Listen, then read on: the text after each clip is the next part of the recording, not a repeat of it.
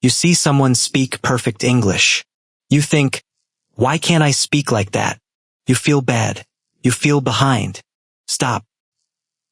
Today, let's talk about something very important. Why you should stop comparing yourself to others. Comparing yourself to other learners feels natural, but it can hurt your progress and your motivation.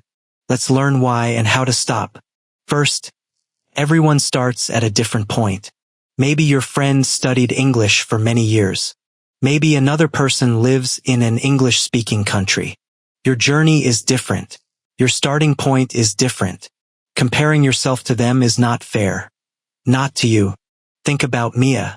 Mia studies English for 6 months. Her friend, Anna, studies English for 3 years.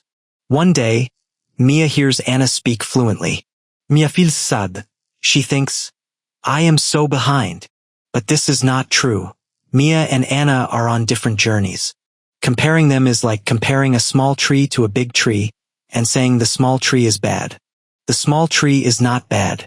It is just growing. Second, focus on your own progress, not someone else's.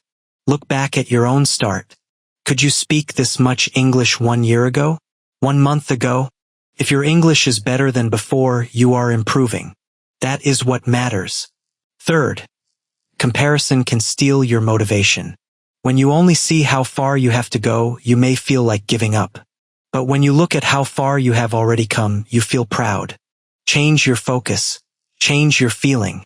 Fourth, use other people as inspiration, not comparison. Instead of thinking, why can't I speak like them? Think, one day, I can speak like them too, if I keep practicing. This small change in thinking makes a big difference. So remember, everyone starts at a different point. Focus on your own progress. Don't let comparison steal your motivation. Use others as inspiration, not comparison. Mia kept practicing. She stopped comparing herself to Anna. And slowly, she grew into her own tree, tall and strong. You can too. Thank you for watching. See you in the next video.